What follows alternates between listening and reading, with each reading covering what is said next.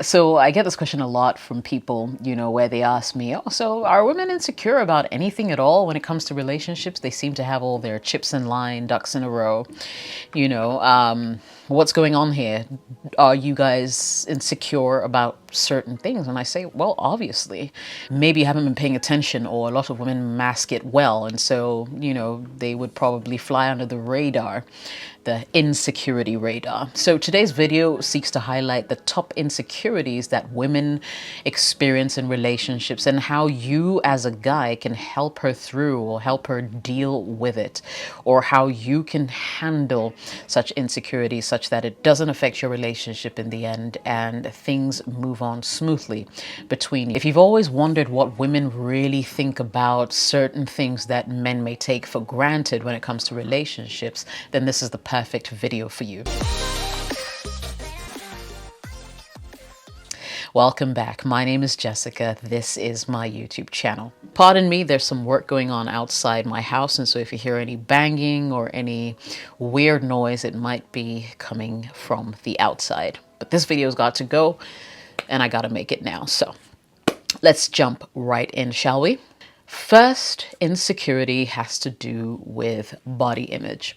Now, a lot of people don't realize just how much majority of women struggle with their body image, and especially when it has to do with their weight. Naturally, women are predisposed to store fat. It's something in our genes and our genetics, and the way that we are made has a lot to do with childbirth and being able to birth a child. And if you've never heard of this before, maybe you should take some time to do some investigations or to do some research on why women's bodies naturally hold fat. Okay. And so if you're not someone with, should I say, a great metabolism where you're able to pretty much burn everything you ingest, you will tend to carry a lot of fat in places that may not be so desirable. I mean, in today's day and age, a lot of women would rather have like the slim waist, the thick hips, bigger boobs, and that kind of thing. But not everybody is blessed, and I use this word advisedly, enough to have that, should I say, Coca-Cola bottle kind of shape. And so there are a lot of women who struggle with that body image, especially also because the media has made it seem as if the ideal way a woman should look is like that. And men don't make it, easier, because a lot of them do not even know how to handle the whole question of weight gain and why her body just looks different. Sometimes you may want to go for a slimmer woman, which is fine, but after, childbirth, she may end up gaining weight that she'll never be able to lose. And I've heard of relationships that just break up because of that. Rather unfortunate, but it happens. I just want men to understand that how a woman feels about her body largely also depends on you, how you appreciate it, how you make her feel about herself, really. I mean, trust me, if a woman has gained weight, she knows. She doesn't need you to come and tell her that you're fat.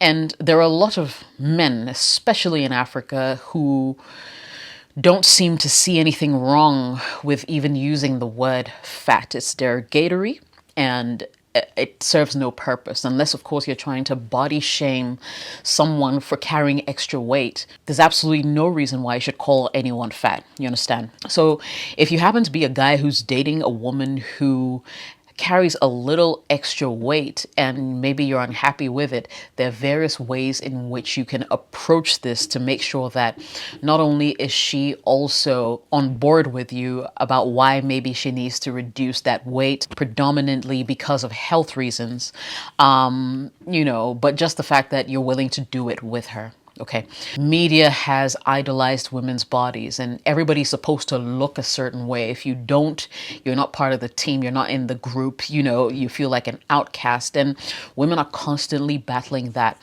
And so if you as a partner do not appreciate her body for what it looks like, you can cause some huge mental damage there, and it can affect her self-esteem. Number two is ambition. Now it's quite interesting because you hear these comments on social media a lot, like women who are independent are shamed for being independent. Women who are financially liberated are shamed for being financially liberated, whilst their male counterparts are hailed.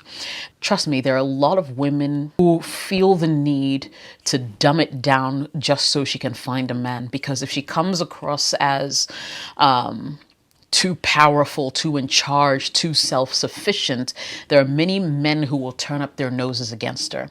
Now, I know a lot of men probably don't even realize that this is a thing, but it actually is. Some women don't have that mental fortitude to be proud of their achievements or their ambitious characteristics.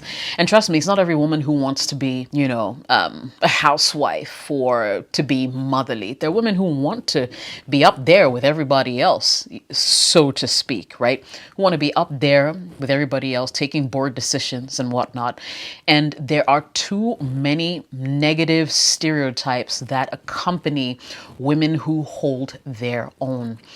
And so for a good number of women, the whole ambitious thing and how ambitious she is can sometimes give her a little bit of insecurity, because if she is a woman who's a go-getter, but also is a woman who wants to get married and have a family and have the protection of her man, society makes it seem as if, well, so far as you have A, B, and C, you've got houses and cars, you literally have cut off 50% of the male population. And a lot of men will see you and think, oh, I can't control this woman.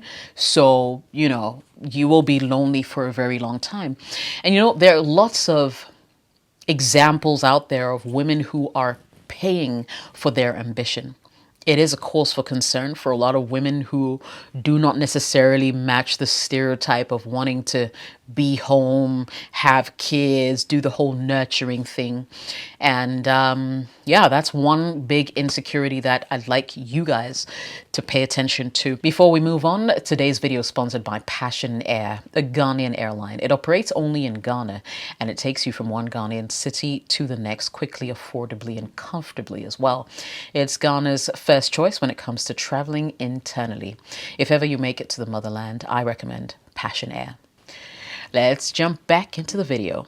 Number 3, cheating.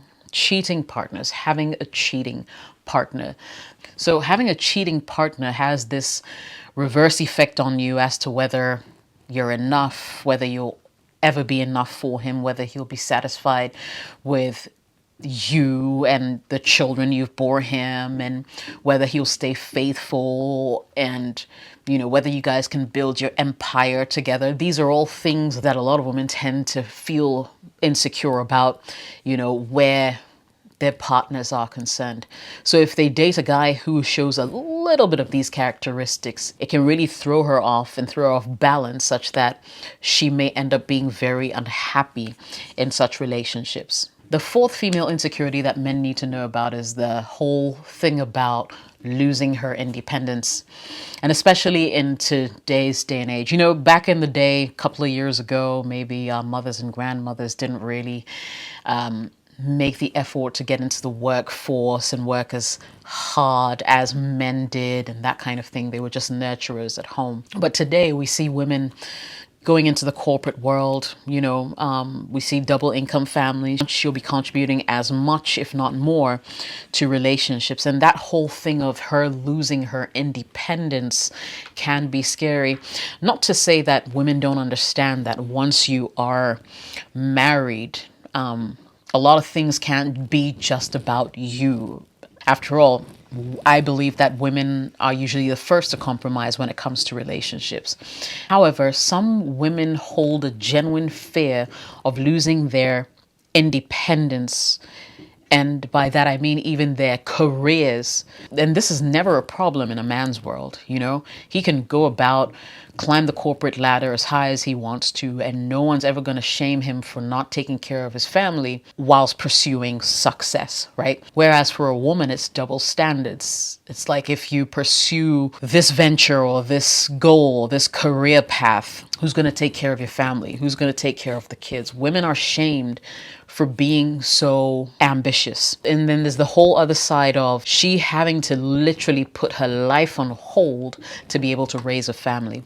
I've heard horror stories. I've seen them happen to many women out there who got pregnant whilst on the job, had their maternity leave after the kid was born, and never had the opportunity to return to their positions because, go figure, I mean, corporate world today hardly ever creates an avenue for a woman to be a mother and a successful career woman. The system is biased against us. Very few women are able to really navigate those waters and pursue a successful career whilst raising a family. So the reality is that there are a lot of women who are losing their jobs just because they want, to be able to raise a family or have kids or have a husband and that kind of thing.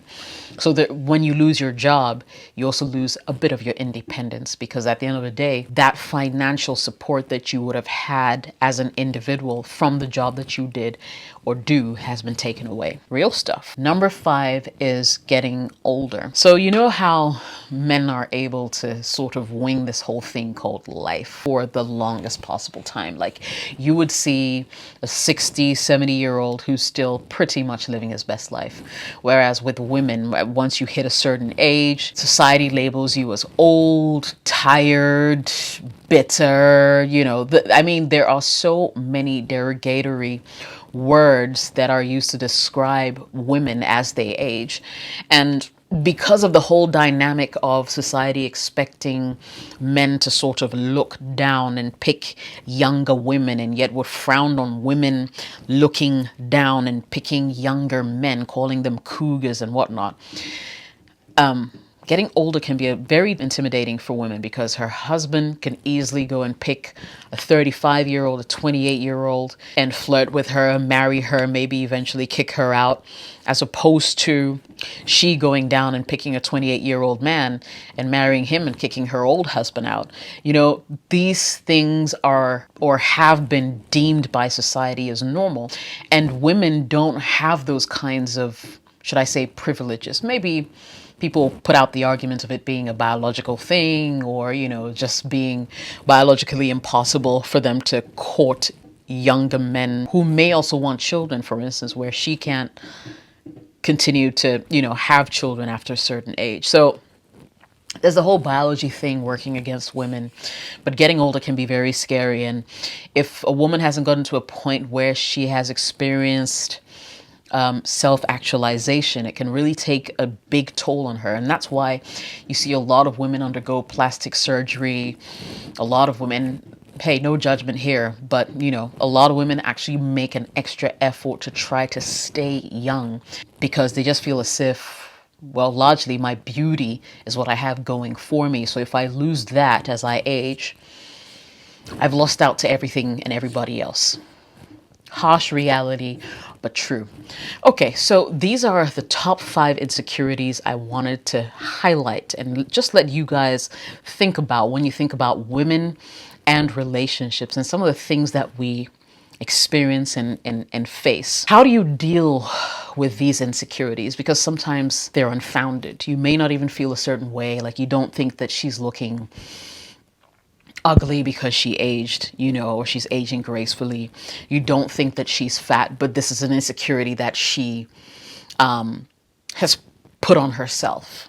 She's self-aware. And so when she starts getting a little plumper, she becomes unhappy. You haven't complained. You generally don't have issues with it, but she's in that space. What can you do? Insecurity is usually a sign of low self-esteem, but there may be other problems as well, like fear or worries about something deeper that's causing your partner to act insecure. So it's important that you encourage your partner to talk openly about the problem, so you can both find a solution to whatever is eating her up. Number 2 is to offer support. And I mean genuine support. If your partner, your wife, is feeling iffy about something, it's not the time to criticize her or to make her feel like she is going crazy, right? You need to reassure her. You need to offer her that kind of emotional support that she needs to get through the tough time, as she would do for you if the tide turns. People underestimate the power of genuine support from people that they love. Sometimes when you feel as if this one person is on your side, You feel like there's nothing you can't do. You can conquer the world. And the earlier you realize the value of your support, genuine support for your loved one, the better for you. So I hope this video really gave you some insights on exactly how women think, some of the things that we worry about. If you like it, smash the like button. Don't forget to subscribe. If you really like the video, the super thanks button is below. You can also become a member of my channel if you'd like to support my work. I would appreciate that wholeheartedly. My name is Jessica. Thanks for watching. We'll catch you in the next video.